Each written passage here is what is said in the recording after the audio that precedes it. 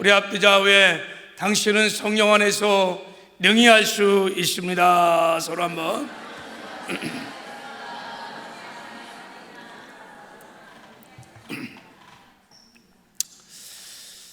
능력 주신 자 안에서, 성령 안에서 능히 할 수 있는 줄 믿습니다. 성령 안에 산다는 것은 성령 충만하여 성령에 사로잡혀 성령의 능력으로 사는 것을 말합니다. 그럼 능치 못하심이 없을 것입니다. 여러분, 그렇게 늘 성령 충만하여 사시길 바랍니다. 오늘은 세상 속에서 하나님 방식으로 살아가기, 이런 제목으로 하나님 말씀을 선포하려고 합니다. 지금 수요일마다 우리가 상고하고 있는 출애굽기 21장부터 24장은 특별히 출애굽 중에 언약의 책이라 이렇게 불러요. 언약의 책. 하나님이 이스라엘 백성들을 출애굽시킨 다음에 시내산에서 언약을 맺으시죠. 그리고 언약의 말씀, 율법을 주세요. 십계명을 포함하여 율법을 주셨는데, 그 언약의 내용들을 구체적으로 기록한 것이 21장, 22장, 22장, 23장에 나와 있습니다. 더 정확히 말하면 십계명을 우리의 일상의 삶에서 어떻게 적용할 것인가를 구체적으로 기록하고 있어요. 그러니까 십계명의 시행세칙이다, 이렇게 우리가 이해하면 잘 알 수 있을 것 같아요. 자, 하나님이 주신 율법은 크게 세 가지로 분류할 수 있어요. 첫째는 의식법이 있어요. 의식법, 이렇게 제사법이죠. 그래서 범죄, 소죄, 화목죄, 속죄죄, 속건죄, 이런 의식법이 있고, 또 하나는 재판하는 법들, 이걸 민법이라 그래요. 재판하는 법이 있고, 또 하나는 도덕법이 있습니다. 도덕법. 십계명을 포함하여 이스라엘의 도덕적인 행위를 취급하는 계명들입니다. 자, 이런 의식법들은 진리의 실체인 예수님이 오심으로 다 폐해졌어요. 이제 우리가 더 이상 짐승을 잡아서 하나님께 제사할 필요는 없어요. 그러나 이 재판법이라든지 도덕법은 폐지된 것이 아니에요.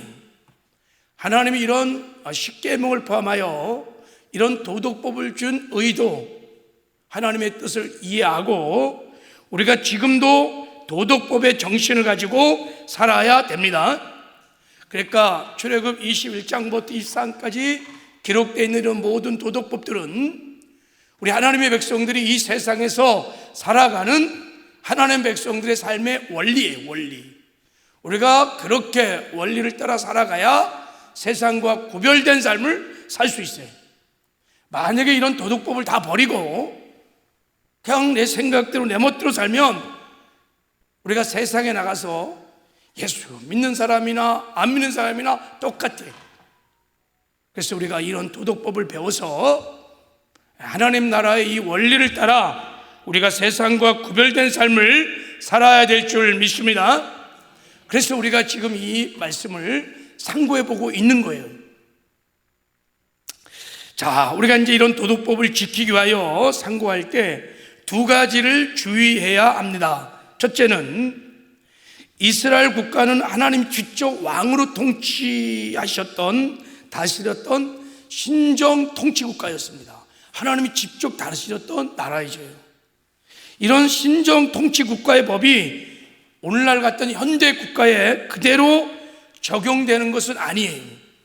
지금 우리가 상고하는 이 법들이 지금 바로 적용이 안 돼요. 자, 무당을 죽이라, 이런 법이 있어요. 지금 무당을 죽일 수 있을까요? 무속인이 60만이 넘고 그러는데 100만이 있다는데 다 죽여요? 죽일 수 없어요. 현행법이 그것을 다 인정해요. 그렇다고 하나님 앞에서 무당이 죽어야 할 존재가 아니란 뜻이 아니에요. 하나님 법 안에서는 무당들은 다 죽어야 할 존재예요. 이걸 우리가 알고 우리가 세상은 그렇다 할지라도 우리 믿는 크리스찬들은 이 하나님의 법을 따라 살아야 될 줄 믿습니다. 이걸 잘 선별하여 분별해 우리가 지켜야 한다는 거예요. 또한 도덕법은 인간 생활에 일어날 수 있는 모든 경우를 총망라하는 것이 아니라는 거예요. 단지 하나님이 몇 가지만 선택적으로 보여주고 있는 것입니다.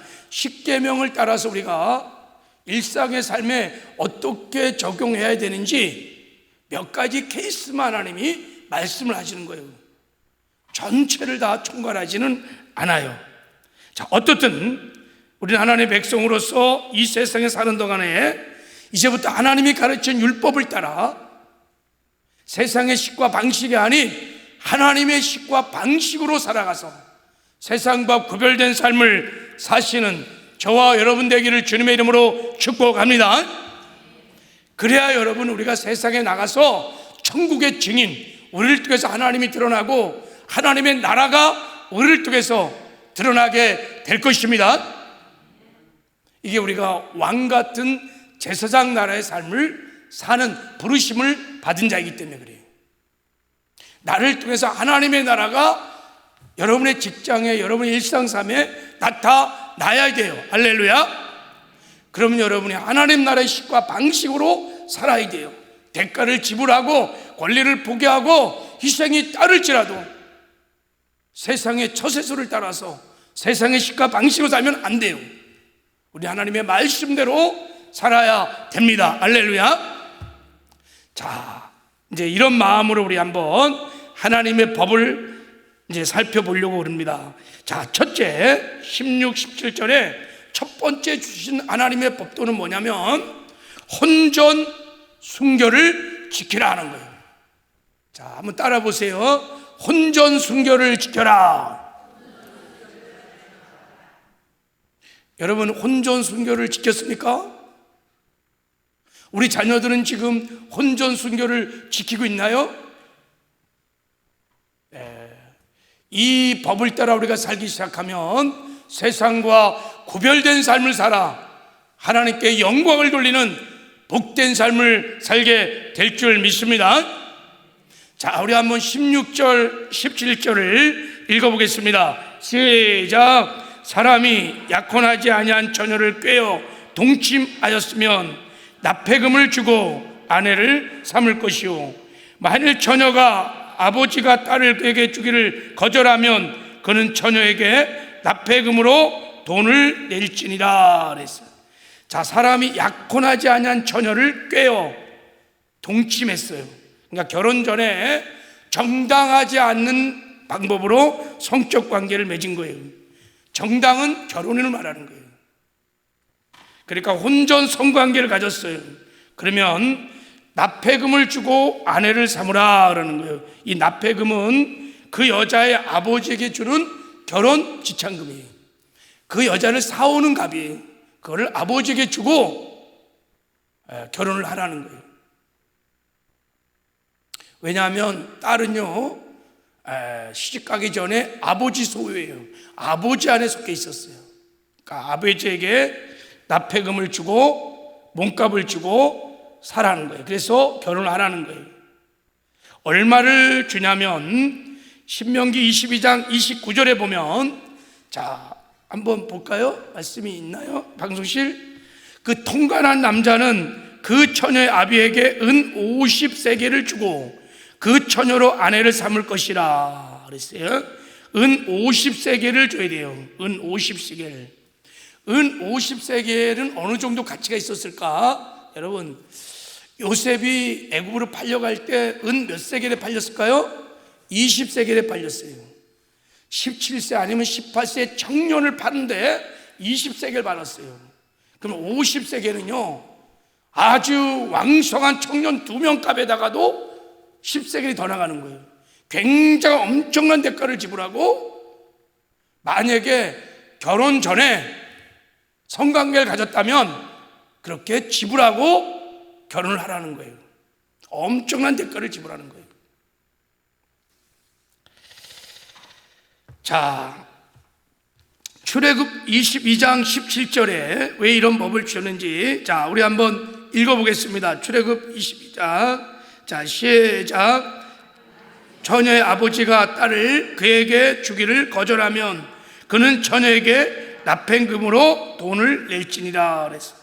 자, 그런데 아버지가 이놈들이 불장난했어. 근데 이 남자에게 내 딸을 맡기고 싶지 않아. 그래갖고 노할 수 있다는 거예요. 거절해요. 그러면 그 남자는 그 납폐금을 여자에게 줘야 돼요. 안 주면 죽어. 줘야 돼요. 그렇게 주라는 거예요. 왜 하나님이 이런 법도를 정했을까? 이런 법도를. 자, 그 이유가 이제 신명기 22장 우리 20절 21절에 나와 있습니다.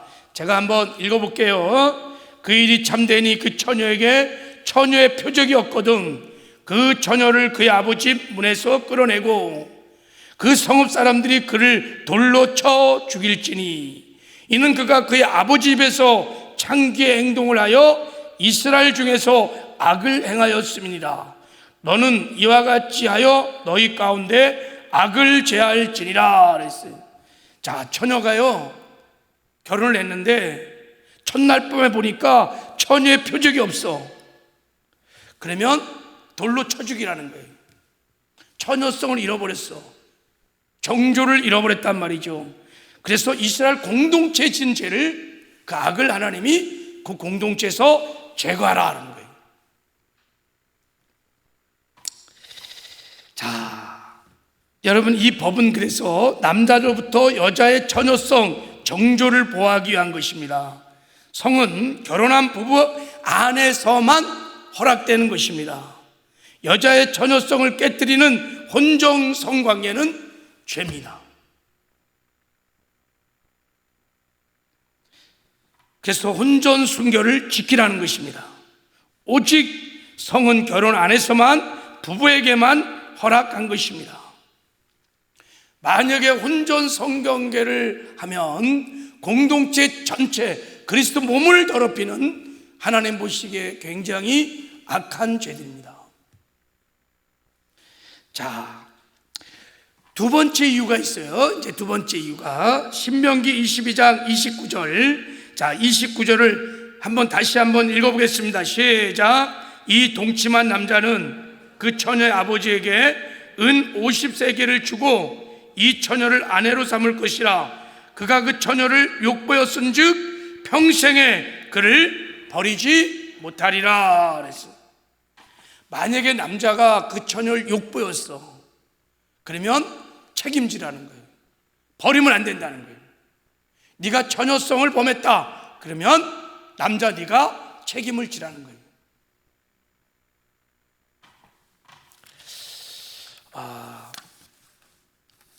여러분, 사무엘하 13장에 보면요, 다윗의 아들 암놈이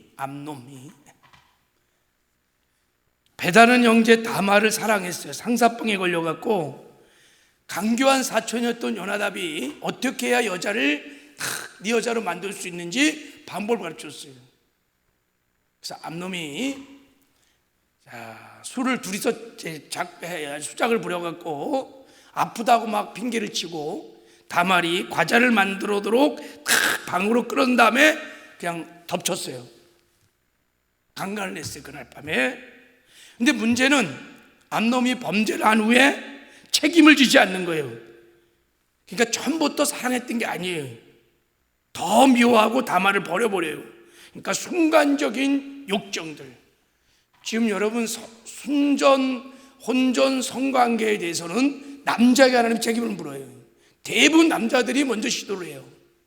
이 욕정을 이기지 못하기 때문에. 그래서 남자에게 책임을 물어요. 거의 여자들은 먼저 꼬리를 치는 경우가 거의 없어요. 남자들이 다 그래요. 암놈이 결국은 이 일에 분노한 압살론이 암놈을 죽여버립니다. 오늘 말씀은 이런 정욕으로 처녀를 건드리지 못하게 하는 장치입니다. 그래서 남녀가 처녀를 범했으면 책임을 지고 그 처녀와 결혼을 하라는 것입니다. 자, 이 법을 오늘날 우리가 어떻게 지켜야 할까? 요즘은 극도로 성적 타락이 일어나서요, 혼전 순결 그런 단어도 없어졌어요. 이런 설교하면요, 아유 목사님 시대가 어떤데, 시대착오적인 웃어버려요. 무슨 지금 혼전 순교를 지금. 여러분, 지금 우리나라는 간통죄가 폐지됐어요. 결혼한 유부녀끼리 아무리 서로 상의하고 사랑하고 합의하면요, 죄가 아니에요. 근데 하나님은 분명히 죄라고 그랬어요. 남자가 유부녀와 통관을 하거든 그 통관한 남자와 여자를 둘 다 죽여 그랬어요. 이스라엘의 죄악 가운데 악을 제하라 이렇게 말했어요. 신명기 22장 20절. 근데 세상 법은요, 아무리 불륜 바람을 피워도요, 그냥 국가가, 법이 성적 자기 결정권을 차지하지 못해요. 하나님의 법에는 위배될지 모르지만 세상 법에는 그래갖고 뭔 남자 여자가 요즘은 난리예요. 하물며 지금 결혼한 유부남도 이렇게 타락하고 놀아나는데 젊은 청년들이 결혼도 안 한 얼마나 혼전 순교를 유지할 수 있을까요? 이건 공식적인 통계인데요, 혼전 순교를 지키지 않아도 된다가 우리나라에 10명 중에 청년들에게 물으면요, 몇 명이 대답할 것 같아요? 지금 7명 이상은 다 필요 없다는 거다. 그래서 자기가 좋아하면 언제든지 성관계를 해도 된다. 이게 왜 죄냐? 둘이 좋아하면 결혼 전에 성관계 오케이, 아무 문제가 없습니다. 그래서 우리나라 성인 남녀의 성의 첫 경험은 20에서 24세 때가 가장 많다고 그래요. 요즘은 그게 너무너무 빨라갖고요, 초등학생도 중고등학생도 다 성을 경험하는 거예요. 이게 너무 빨리 오는 거예요. 이게 극도의 타락한 성문화가 세상에 지금 창궐 하고 있습니다. 제가 한번 전엔 어느 목사님 설교 때 들은 건데요, 미국 대학교 기숙사는요, 그렇게 여자친구를 데려오거나 그러면요, 기숙사에서 합법적으로 인정해 준대요. 그날 밤은 둘이 서로 사랑하면 그렇게 관계를 가질 수 있다는 거예요. 자, 그게 하나의 문화인 겁니다. 우리나라도 웬만한 호텔, 러브호텔 가면요, 다 피임도구가 다 배치되어 있어요. 그건 옛날부터 그랬어요. 그냥 자연스럽게. 이런 시대에 처녀성을 유지하는 사람들이 얼마나 될까? 이제 하늘의 별 따기처럼. 근데 참 우스운 것은 결혼정보회사에서 나오는 통계를 보면요, 자기들은 혼전 성과에 대해서 관대하면서 자기 배우자에게는 혼전 순교를 요구한다는 거예요. 그걸 어떻게 아는 법이 있는가 봐요. 여자보다 남자가 더 요구한다는 거예요. 쥐가 그렇게 해놓고 아주, 그러니까 처녀를 원한다는 거예요. 결혼정보 행사에 나는 수처녀를 원합니다. 남자 경험 안 한 사람. 참 말세입니다. 여러분, 기독교는 혼전 성관계는 어떤 이유를 막론하고 안 되는 것입니다. 하나님 앞에 죄이고, 만약에 결혼 전에 동침을 했을 때는 책임을 지고 결혼을 해야 합니다. 여러분, 이 법을 우리가 상고하면서 우리는 우리 자녀들에게 가르쳐야 합니다. 하나님의 법도를 분명히 가르쳐야 합니다. 절대 결혼 전에는 안 돼. 근데요, 자녀들의 동거를 그냥 용납해버려요. 반대도 안 해요. 그럴 수 있지. 예수 믿는 가정에도 자녀들이 동거하는 가정들이 많아요. 하나님 앞에 엄청난 번제인데도 책망도 안 해요. 성범죄는 어둠을 향하여 저주의 문을 여는 겁니다. 온갖 저주가 다 들어옵니다. 공동체를 더럽힙니다. 하나님을 향하여 범하는 것입니다. 제가 그래서 하나님이 굉장히 구약에서는 엄격하게 다루는 법입니다. 그냥 다 돌로 때려 죽이는 거예요. 다 죽여. 근데 현행 법이 너무 관용하기 때문에 세상에 다 물들여 갖고 다 용납하는 거예요. 여러분, 용납하면 안 됩니다. 그리고 많은 실수해서 만약에 그렇게 동거를 하고 그랬다면 버리면 안 됩니다. 반드시 결혼을 시키라는 거예요. 이 하나님의 뜻입니다. 할렐루야. 우리 하나님 앞에 우리 자신의 삶을 돌아보며 회개하고 우리 다음 세대들, 우리 자녀들의 이런 죄악을 가지고 우리 아비 세대인 우리들이 회개를 해야 될 줄 믿습니다. 다 부모 세대가 만들어낸 타락한 성문화입니다. 사실은 어떻게 보면 우리 자녀들은 다 희생양들입니다. 우리가 회개합니다. 철저하게 회개해야 합니다. 그래야 이런 저주들이, 결박들이 풀어집니다. 그래서 우리가 다 순결한 그런 하나님의 임재와 영광이 충만한 그런 가정, 결혼 생활 되기를 주님의 이름으로 축복합니다. 자, 두 번째는 무당을 살려두지 말라는 거예요. 자, 우리 18절을 한번 읽어보겠습니다. 시작. 너는 무당을 살려두지 마라. 그 말은 무슨 말이에요? 살려두지 말라는 것은 죽이라는 거예요. 죽여라. 자, 여기 보면 세 사람은 반드시 죽여야 된다는 거야. 첫째는 무당을 죽여야 되고, 두 번째는 짐승과 행음하는 수간자들 죽여라. 그리고 여호와 외에 다른 신에게 제사하는 자들 죽여라. 다 이거는 10계명의 1, 2계명을 다 어겼기 때문입니다. 다 죽여라. 그만큼 하나님이 엄중하게 다루고 있는 죄들입니다. 무당은 우리가 잘 아는 대로 귀신에 잡혀서 귀신의 도움으로 돈 받고 점을 치고 예언하는 거예요. 다 귀신에 사로잡힌 여자들, 여자만 아니고 남자 무당도 있죠. 레위기 20장 27절에 보면 남자나 여자가 신접하거나 박수가 되거든 반드시 어떻게 하라고요? 죽일지니라. 돌로 그를 쳐서 그 피가 자기에게로 돌아가리라. 이런 법을 보면요 굉장히 무섭습니다. 여러분, 돌로 다 쳐 죽이라는 거예요. 왜 무당을 이렇게 모조리 죽이라고 할까? 세 가지 이유가 있습니다. 무당은 신앙의 파괴자입니다. 참 신앙을 다 파괴시켜버립니다. 백성들로 하여금 하나님부터 멀어지게 하고 하나님의 통치에서 벗어나 어둠의 지배를 받게 합니다. 그래서 무당이 처음에 할 때는 작은 굿하다가 조금 효험이 있어갖고 그러다가 또 꼬셔갖고 더 큰 굿하고 더 큰 굿하고 결국은 다 귀신에 잡히는 거예요. 다 파괴시킵니다. 그리고 무당은 진리의 사기꾼입니다. 거짓말쟁입니다. 그리고 무당은 영혼의 도둑놈입니다. 재산도 다 뺏어가고 몸도 다 망치고요. 그리고 마지막 영혼까지도 도둑질하는 사단의 앞잡이입니다. 이렇게 죽여라는 거예요.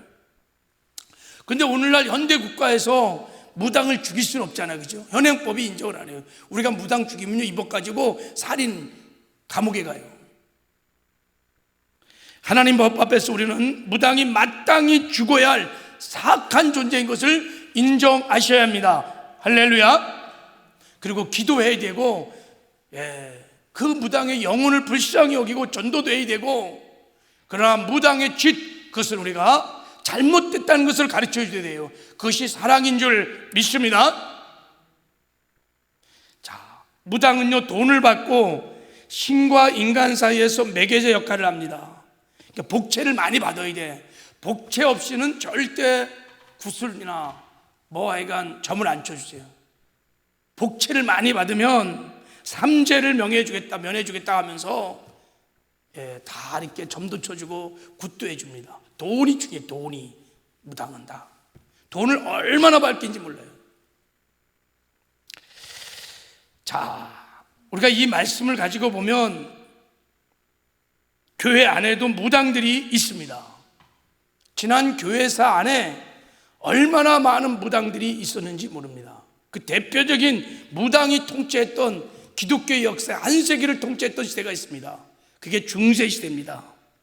성직자들이 계급이야 하나님과 사람들 사이에서 매개제 역할을 합니다. 그 당시는 성경을요, 교양이나 신부들만 봤습니다. 일반 신도들은요, 라틴어 같은 어려운 단어를 몰라요. 루터가 독일어로 번역하기 전에는 성경의 창세기 1장 1절도 못 읽어봤어요. 못 읽어요. 그러니까 성직자들이 하는 대로 그냥 따라가는 거예요. 이렇게 행동해야 구원받는다. 그러니까 그런 줄 알고 따라가는 거예요. 이 성직자들이 인간의 행위가 없으면 구원이 안 되는 식으로 가르쳤습니다. 그래서 어느 날 베드로 큰 성전을 지려고 그러는데 뭐가 필요해? 돈이 필요한 거예요. 돈. 그럼 어떻게 할까요? 복채를 받아야지. 그래서 면죄부를 팔기 시작했습니다. 헌금하는 만큼 죽은 조상들이 연옥에서 천국으로 올라간다는 거예요. 그래갖고 돈을 막 쓸어 담았습니다. 이게 무당짓 하는 거예요. 오늘날 현대교회 안에도 무당짓 하는 성직자들이 성직자도 아니죠. 있습니다. 하나님이 죽이라는 거예요. 제거하라는 거예요. 탐욕에 사로잡히면 영혼을 파는 그런 성직자들도 있어요. 교회사가 말하는 거예요. 반대로 성도들 가운데도 무당짓 하는 사람이 있습니다. 자기의 소원을 이루기 위하여, 자기의 문제를 해결하기 위하여 마치 무당을 부르듯이 주의 종들을 불러서 자기의 탐욕을 채우기 위해서 무당 부르시듯이 그렇게 예배를 드려요. 그 예배의 목적은 하나님이 아니에요. 자기의 탐욕을 채우기 위한 예배예요. 그 예배를 드리고 나면 영빨이 저 목사는 있네 없네, 저 돈사는 있네 없네 하면서 평가를 하면서 다 무당부닥거리 하는 거예요. 이걸 여러분 기복주의 우상이라고 하는 것입니다. 하나님이 사랑의 대상이 아니에요. 예배 대상이 아니에요. 나를 위해서 하나님이 계세요. 나를 위해서 교회가 있고 나를 위해서 무당이 있듯이 주의 종들도 있는 거예요. 자기가 철저하게 탐욕에 빠진 자기가 중심에 있어요. 기복주의라고 그러는 거예요. 하나님이 오늘 말씀하는 거예요. 이런 무당은 살려두지 마라. 다 죽이라는 거예요. 공동체에서 제거하라는 것입니다. 이런 것이 있으면 하나님의 임재와 영광이 사라지기 때문인 것입니다. 이거를 보이지 않는 기복주의 형상이라는 우상 숭배인 것입니다. 우리가 이것 또한 통해 자복 회개해야 될 줄 믿습니다. 하나님을 수단으로 이용하면 안 된다는 거예요. 하나님만이 우리의 예배의 대상인 줄 믿습니다.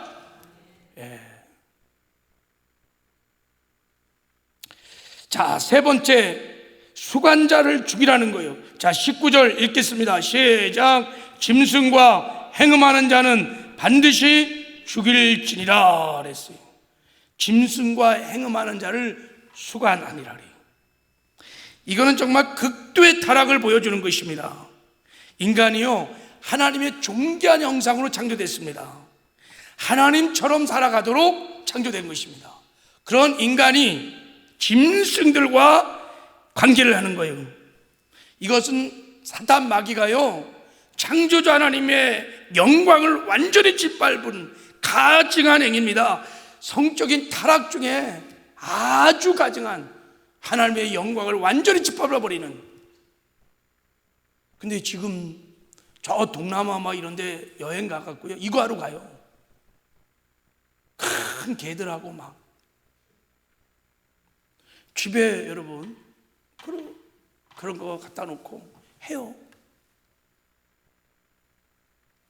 다 죽이라는 것입니다. 여러분, 우리가 수간자 노릇을 하는 일들이 많이 있습니다. 하나님의 주권 인정하지 않고 내 멋대로 내가 혈기 부리면서 짐승만도 못하는 짓들을 얼마나 많이 하는지 모릅니다. 다 죽이라는 거예요. 자, 네 번째는 제사를 드린 자는 죽이랍니다. 자, 20절을 한번 읽겠습니다. 20절 시작. 여호와 외에 다른 신에게 제사를 드린 자는 멸할지니라. 이 멸한다는 것이 죽이라는 것입니다. 왜 여러분 제사를 드릴까요? 동서고금을 막론하고 많은 제사를 드립니다. 우리나라도 엄청나게 제사를 많이 드립니다. 지금도요. 제사를 드리는 것은 우리나라 같은 경우는 죽은 조상들에 대한 효도라고 생각하기 때문에 드리는 거예요. 조상을 대접하려고 막 음식도 만들어 놓고 절도 막 꾸벅꾸벅 하는 거예요. 근데 정말로 제사를 드리면 죽은 조상의 영혼들이 오냐? 아니 진짜 온다 그러면 왜 제사를 한 번만 드려요? 왜 상을 그 정도만 매일 차려야 되고 매일 절해야 되는데, 여러분 죽은 조상이 절대 오지 않습니다. 안 옵니다. 아무리 절을 하고 해도요 안 옵니다. 그 대신 누가 오냐면 귀신이 옵니다. 자, 고린도서 10장 20절 한번 읽겠습니다. 자, 시작. 대저 이방인의 제사하는 것은 귀신에게 하는 것이요 하나님께 제사하는 것이 아니니 나는 너희가 귀신과 교제하는 자 되기를 원치 아니하노라. 제사는 귀신을 초청해서 귀신을 섬기는 잔치입니다. 그러니까 귀신이 제삿날이 가장 좋은 거예요. 막 우르르 다 모이는 거예요. 신명기 32장 17절에 보면 그들은 하나님께 제사하지 아니하고 마귀에게 하였으니, 마귀에게 하는 거예요. 여러분 제사는 10계명을 범하는 우상 숭배입니다. 1계명, 2계명을 범하는 것입니다. 그래서 제사를 드리면요 온갖 저주가 막 다 몰려듭니다. 귀신들이 다 저주받은 영이기 때문에 그냥 저주를 그냥 끌어모으는 거예요. 쓸어 담는 거예요, 여러분. 그래서 제사가 많으면요 집안이 어렵습니다. 예수를 안 믿어요, 집안이. 제사를 없애야 예수를 믿기 시작해요. 저주 중에 저주입니다, 여러분. 가족 구원의 가장 큰 장애물 중에 하나가 사실 제사입니다. 하나님이 제사 드린 자를 다 죽이라, 뭐 그대로 육적으로 죽이라는 수는 없지만 제거하라는 것입니다. 다 제거를 해라. 그리고 여러분 부모들은 살아생전에 효도를 잘해야지 죽어서 무슨 제사를 맨날 지내갖고 그게 무슨 소용이 있겠어요. 살아생전에 효도도 해야죠. 여러분 제사들을 다 제거하는 은혜가 있기를 바랍니다. 사돈의 8중까지 없애기를 바랍니다. 사명을 가지고 없애야 합니다. 영적인 전쟁을 치러서 그냥 용납하면 안 됩니다. 그게 실제예요, 실제. 집안에 어둠을 향해서 문을 여는 거예요. 다 저주가 밀려옵니다. 그러니까 우리 믿고 거듭난 우리가 먼저 영의 세계를 알고 싸워서 이겨야 될 줄 믿습니다. 그리고 이제는 자 21절에서 24절에 보면 사회적 약자들을 돌보라고 하십니다. 자, 우리 한번 성경을 통해서 한번 읽어보겠습니다. 21절부터 시작. 너는 이방 나그네를 압제하지 말며 그들을 학대하지 말라. 너희도 애굽 땅에서 나그네였음이라. 너는 과부나 고아를 해롭게 하지 말라. 내가 만일 그들을 해롭게 함으로 그들이 내게 부르짖으면 내가 반드시 부르짖음을 들으리라. 내가 노가 맹렬함으로 내가 칼로 너희를 죽이리니 너희 아내는 과부가 되고 너희 자녀는 고아가 되리라. 그랬어. 나그네들 압제하지 말고 학대하지 말고 과부 고아들 괴롭히지 말라는 거예요. 그러면 그들이 막 고통 중에 막 신음하면 하나님이 다 들으시고 분노가 맹렬하게 일어나서 칼로 다 죽여버린다는 거예요. 그러면 아내는 과부가 되고 자녀는 다 고아가 된다는 거예요. 여러분 실제로 하나님께서 이렇게 이 말씀대로요 하나님이 고아와 과부와 그리고 나그네를 학대하고 무시하고 사랑하지 않으면요 멸망시켰어요. 그래서 북이스라엘이 아수르에게 멸망되고 남유다에도요 다 바벨론에게 멸망당하고 심판을 당했어요. 지금도 동일합니다. 근데요 참 이상하지요. 나그네와 과부와 고아 성경에 보면요 이 세 분류를 하나님이 얼마나 귀하게 여긴지 몰라요. 항상 나그네 과부 고아, 나그네 과부 고아 계속 나옵니다. 그리고 그들의 신음소리를 하나님이 다 들으시고 맹렬한 분노로 다 심판하신다는 거예요. 고아 건드리면, 과부 건드리면, 나그네 건드리면 내가 가만히 두지 않다는 거예요. 막. 이거 엄청나게 칼로 다 그냥 다 죽인대잖아요. 왜 그럴까요? 여러분, 신학적인 의미를 보면 고아나 나그네나 과부는 우리 그리스도인들을 상징합니다. 우리가 나그네고, 우리가 여러분 본향 천국을 위해서 가는 나그네들입니다. 할렐루야. 그리고 우리가 신랑 예수를 기다리고 있는 이 세상에서 어떻게 보면 주님의 신부, 과부야 아직은. 그리고 하나님 아버지를 우리가 천국 가서 이제 만나서 영원히 살 때지만, 지금은 우리는 하나님 아버지와 함께 살 수 없는 고아일 수 있어요. 사실 상징적인 거예요. 그러니까 하나님께서 교회를 건드리면, 하나님의 자녀들을 건드리면 가만두지 않는다는 거예요. 할렐루야.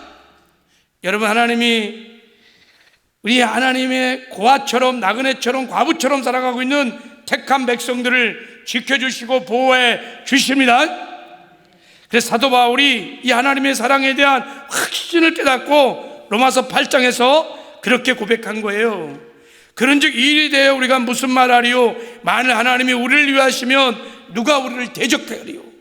자기 아들을 아끼지 아니하고 우리 모든 사람을 내어 주시니가 어찌 그 아들과 함께 모든 것을 우리에게 주시지 않겠느냐? 누가 능히 하나님께 택한 자들을 고발하리요? 의롭다 하시는 하나님이시니 누가 정죄하리요? 죽으실 뿐만 아니라 다시 살아나시는 그리스도 예수시니 그는 하나님 우편에 계신 자요 우리를 위하여 간구하시는 자니라.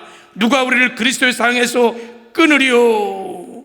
우리 주 그리스도 예수 안에 있는 하나님의 사랑에서 끊을 수 없느니라. 할렐루야. 끊을 수 없다는 거예요. 여러분, 이 땅에 살아가는 동안에 이 하나님 아버지의 사랑을 확신하고 살아가시기를 주님의 이름으로 축복합니다. 자, 여섯 번째는 가난한 자를 이 땅에 살면서 돌보며 살아가는 거예요. 자, 우리 25절부터 25절 한번 읽어보겠습니다. 시작. 내가 만일 너와 함께 한 내 백성 중에서 가난한 자에게 돈을 구워주면 너는 그에게 채권자 같지 하지 말며 이자를 받지 말 것이며 그랬어요. 너와 함께 내 백성 중에, 그러니까 교회 안에야, 교회 안에 가난한 자에게 여러분이 만약에 돈을 구워줬다면 채권자처럼 갑질하지 말라는 거예요. 그리고 이자도 받지 말라는 거예요. 이게 하나님 백성들이 살아가는 식과 방식입니다. 왜 그럴까요? 왜 그럴까요?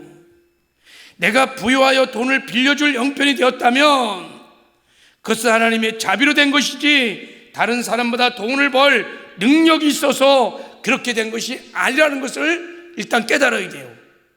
자, 신명기 8장 17절 18절을 한번 보겠습니다. 시작. 그러나 내 마음에 이르기를 내 능력과 내 손의 힘으로 내가 이 재물을 얻었다 말할 것이라. 내 하나님 여호와를 기억하라. 그가 내게 재물 얻을 능력을 주셨습니다. 이같이 하심은 내 조상들에게 맹세하신 언약을 오늘과 같이 이루려 하심이니라. 여러분, 내가 부자가 되어서 우리 성도들에게 지체들에게 꿔줄 수 있는 형편이 된 것, 그거 하나님의 은혜라는 거예요. 아멘이십니까? 그거 빌려주면서 맨날 이자 달라 그러고 너 왜 돈 안 주니 흔들어버리고 갑질하지 말라는 거예요. 하나님이 살아가는, 백성 살아가는 방식이 아니라는 거예요. 그래서 여러분, 교회 안에서 절대 여러분 돈 거래 하지 마시기 바랍니다. 빌리지도 말고 꾸지도 말고, 정말 빌려주려면요 그냥 안 받을 각오하고 그냥 주시는 마음으로 주시기 바랍니다. 그렇다고 여기 여러분에서 꿔준 거 원금을 받지 말라고 하나님 말씀한 거 아니에요. 이자를 받지 말라고 그랬지 원금 받아야 돼요. 그러니까 여러분, 빌려줄 만한 부유함이 있고 그럴 때, 빌려줄 때는요 그냥 사랑하는 마음으로 그냥 주는 거야. 그러려면 빌려줘요. 그렇지 않으려면 하지 말아요. 괜히 돈 때문에 마귀 틈 따갖고 관계 깨어지고 신앙 잃어버리고, 지혜롭게 하시기를 주님의 이름으로 축복합니다. 그리고 가난한 자에게 내가 빌려줬다면 여러분 믿으셔야 돼요. 내가 그 이자 안 받고 또 성령의 감동이 있어서 원금 안 받을지라도 하나님이 몇 배로 채워주는 것을 믿으시기 바랍니다. 자, 잠언 19장 17절에 이렇게 말씀했어요. 가난한 자를 불쌍히 여기는 것은 여호와께 구워드리는 것이니 그의 선행을 그에게 갚아 주시리라. 할렐루야. 하나님이 반드시 갚아주십니다. 교회 안에 혹시 누구 돈 빌려줬습니까? 근데 너무 형편이 어려워. 그러면 여러분 탕감시켜 주세요. 그리고 하나님께 여러분 더 많이 받으시기 바랍니다. 할렐루야. 하나님 반드시 채워주십니다. 그거 받으려고 티각티각 하지 마시고 그냥 말씀을 믿고 말씀대로 하시길 바랍니다. 하나님이 채워주실 것입니다. 그렇다고 원금을 받지 말라고 안 했으니까 하여간 알아서 할 수 있다면 하나님께 받으세요. 할렐루야. 오늘 말씀에 의지해서 다 탕감시켜주는 은혜가 있기를 주님의 이름으로 축복합니다. 자, 이제 중요한 또 법도를 가르쳐 주셨습니다. 한 가지만 더 하고, 자 28절 자 읽겠습니다. 시작. 너는 재판장을 모독하지 말며 백성의 지도자를 저주하지 말지니라 그랬어요. 재판장은 하나님의 말씀으로 재판하는 지도자입니다. 백성의 지도자는 하나님이 공동체에 세운 영적 지도자들을 말합니다.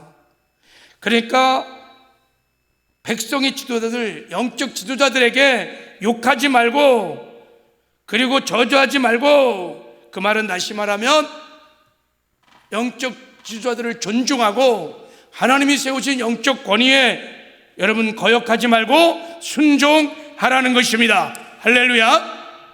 이게 하나님 나라의 백성들의 살아가는 방식입니다.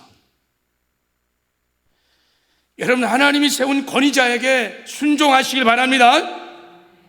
그것이 곧 하나님께 순종하는 것입니다. 자, 로마서 13장 1절 자 우리 한번 2절을 읽겠습니다. 시작. 각 사람은 위에 있는 권세들에게 복종하라. 권세는 하나님부터 나지 않음이 없나니 모든 권세는 다 하나님께 정하신 바라. 그러므로 권세를 거르는 자는 하나님의 명을 거스리니 거스리는 자들은 심판을 자취하리라. 여러분 권위는 하나님부터 왔기 때문에 하나님 주신 권위예요. 왜 하나님이 권위를 주셨습니까? 이 땅에 하나님 나라를 건설하기 위해서 직분이 필요해요. 그 직분을 사용하려면 권위가 필요해요. 그래서 하나님이 권위를 주신 거예요. 교회는 담임 목사가 있고 다 주의 종들이 있고 하나님이 주신 영적 질서와 이 스피리추얼 오토리티라는 권위가 있습니다. 하나님이 세우신 거예요. 거기에 다 순종하라는 거예요. 그게 곧 하나님께 순종하는 것입니다. 만약에 영적인 질서, 권위를 거역하면요 어둠이 방에 문이 열리기 시작해요. 그러면 온갖 저주가 들어옵니다. 귀신에 다 잡혀버려요. 그런 이야기들이 성경에는 얼마나 많은지 모릅니다. 민수기 16장에 고라와 나단, 아비람이 집단 거역을 일으켰습니다. 레위 지파들이었습니다. 대표들 250명이 모세와 아론을 향하여 거역을 했습니다. 그때 하나님이 땅을 갈라갖고 다 삼켜버립니다. 지옥문으로. 거역하면요 지옥의 문이 열려요. 어둠의 문이 막 열려요.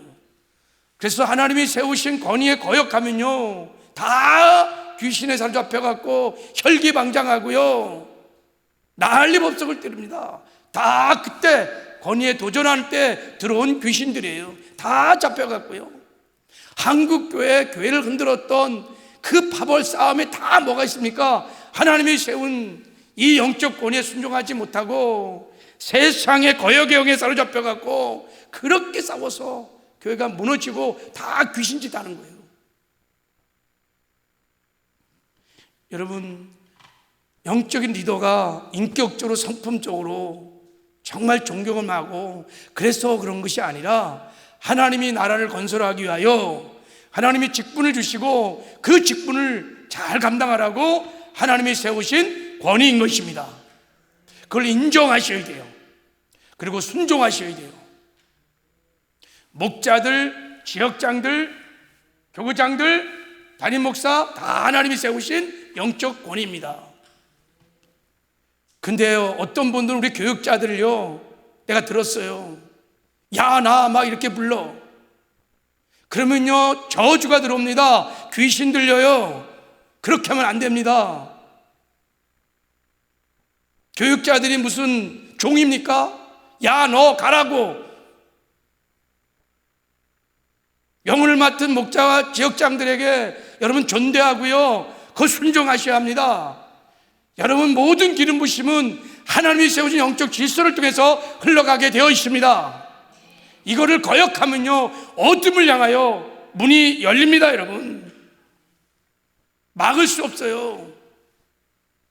지금은 온통 세상은 거역형으로 충만합니다. 거역하는 세대, 거역하는 문화, 얼마나 권위에 도전하고 거역하는지 모릅니다. 우리가 그런 세상에 살면서 교회 안에 들어와도 그래서 귀신짓 하는 거예요. 그러니까요, 막 교회 안에 어둠이 열리는 거예요. 저주가 들어오는 거예요. 하나님 임재와 영광이 막 사라지는 거예요. 같이 다 죽는 거예요. 여러분, 하나님을 경외함으로 하나님이 주신 영적 권위에 순종하는 저와 여러분 되기를 주님의 이름으로 축복합니다. 그게 살 길입니다. 하나님은 그런 공동체와 함께 하셔서 영광을 드러내 주십니다. 29절 30절에는 초태생 처음 것을 하나님께 드리라는 것입니다. 그래서 하나님의 주권을 인정하라는 것입니다. 하루의 첫 시간, 새벽 시간, 일주일의 첫 시간 주일을 지키고, 한 달의 첫날 월사 기도회를 지키고, 물질의 첫 것 11조를 드리고, 하나님의 살아계신 주권을 말로만 하지 말고 입으로 고백만 하지 말고 삶으로 고백하라는 것입니다. 그럼 하나님이 너의 인생의 주인 되어주겠다. 너의 직장도 사업장도 자녀들도 내가 책임져 주겠다라는 거예요. 말로 하지 말라는 거예요. 첫 것을 드려서 하나님이 내 삶의 주인 되심을 고백하라는 것입니다. 초태생 신앙을 가지고 사시기를 주님의 이름으로 축복합니다. 말씀을 맺겠습니다. 여러분, 혼전 순교를 지켜라. 무당을 살려두지 마라. 수관한 자를 죽이라. 제사를 드린 자를 죽이라. 사회적 약자를 돌봐라. 가난한 자들을 돌보거라. 영적 권위에 순종하거라. 청것을 들여 주제권을 고백하거라. 거룩한 삶을 살거라. 우리가 여러분 이 법을 따라서 우리가 살기 시작하면 세상과 구별된 거룩한 삶을 살게 될 것입니다. 우리가 이렇게 거룩한 삶을 살기 시작하면 우리를 통하여 하나님의 영광이 나타나게 될 것입니다. 그럼 어둠 속에 있던 세상 사람들이 우리를 통해서 드러나는 하나님의 영광을, 하나님의 나라를 보게 될 것입니다. 그들도 하나님께로 돌아오는 놀라운 구원의 역사가 일어나게 될 줄 믿습니다. 할렐루야.